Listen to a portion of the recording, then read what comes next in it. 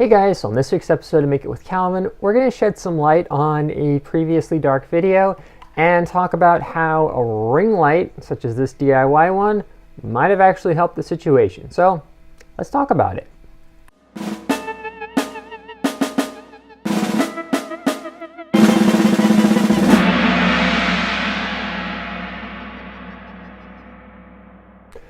So first things first, apologies about the dark video involving Danielle. Lighting in the room was actually worse than we thought.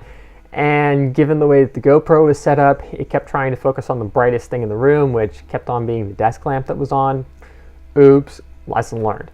That said though, for the longest time I have wanted to have a small, compact lighting system that I can throw on my GoPro rig when I'm filming at events like say Maker Faire or something where there are dark areas, or filming somewhere that is just somewhat dark and I do need to shed a little bit of light on the subject that I'm filming.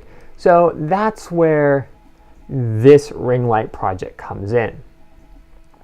Now this is a project I've been working on and off on for a long time, and it was a little while ago that Ashley from Chip Builds wanted to learn how to do Fusion 360 and wanted to make a ring light for her cell phone to film with. And I grabbed some of these ring lights and it kind of became a project that didn't go anywhere. So recently, after the whole incident with filming with Danielle and being that filming in my room is somewhat of a pain, I came up with this. Now, the setup is really simple. You just have a 3D printed mount, and then you have this 80mm ring light that I picked up off Amazon, and then you also have this, which is a small dimmer, which allows me to go from off to on to just ridiculously blindingly bright. And trust me, on the blindingly bright part, the GoPro is compensating for it. Now when it came to the assembly of this is not the final version that's being shown, but it was pretty simple. I've designed the final version so that you can drop the ring light in without having to do any desoldering of the wires from the ring light. It does have this, which is like a power regulating fuse setup, and the end of the ring light had no wire attachment to it. So what I did is I actually just cut off the connector on the output side of my dimmer here, and then I just pulled the wires out of the strain relief, carefully enlarged the strain relief, and then soldered the wires to the inside of here. If you're not comfortable with doing all of that, you can always solder a plug on the outside of this, or just chop the wires off on the outside and solder them on the outside. Believe me guys, soldering is not very scary. There's a whole bunch of tutorials on it. Go and learn it. It's a really useful skill for making. No excuses, just go and do it. Calvin said so. That aside, the dimmer is not 100% necessary, but given how bright this is, it's well worth the couple extra bucks to pick one up. I was able to get a 2-pack of these for under 10 bucks off Amazon. So in reality, you can have a nice little ring light setup for about 20 bucks a camera. Not too bad. Now, one thing I do want to look into in the future is actually making a case for a GoPro that can house one of my LCD batteries, a boost converter, and then finding a way to see if I can make the footprint of the dimmer a little bit smaller, or come up with a different setup for dimming the camera in the field.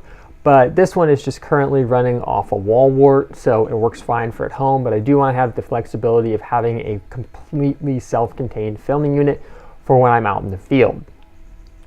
Now, enough yip yap about this, let's pop it on the camera and see what it can do.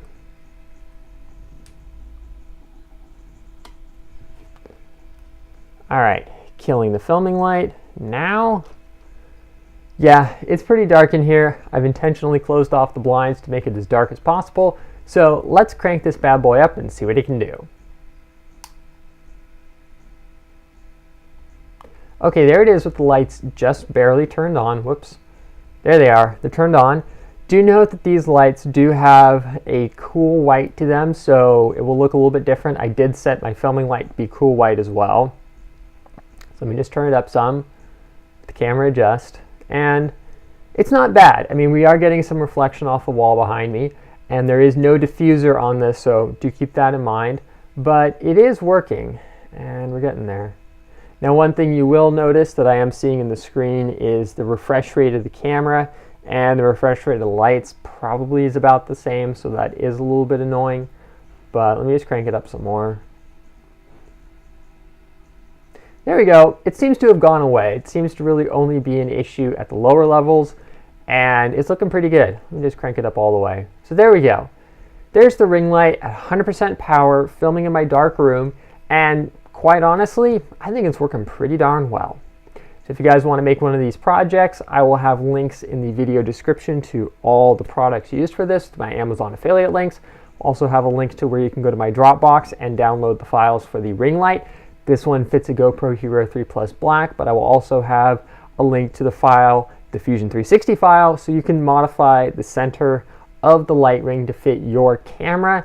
If you make one, please tag me in it on Twitter at MakeItWithCal or Instagram at MakeItWithCalvin. I really want to see your builds and see how they turn out. And if you guys have any good suggestions, please drop them down below.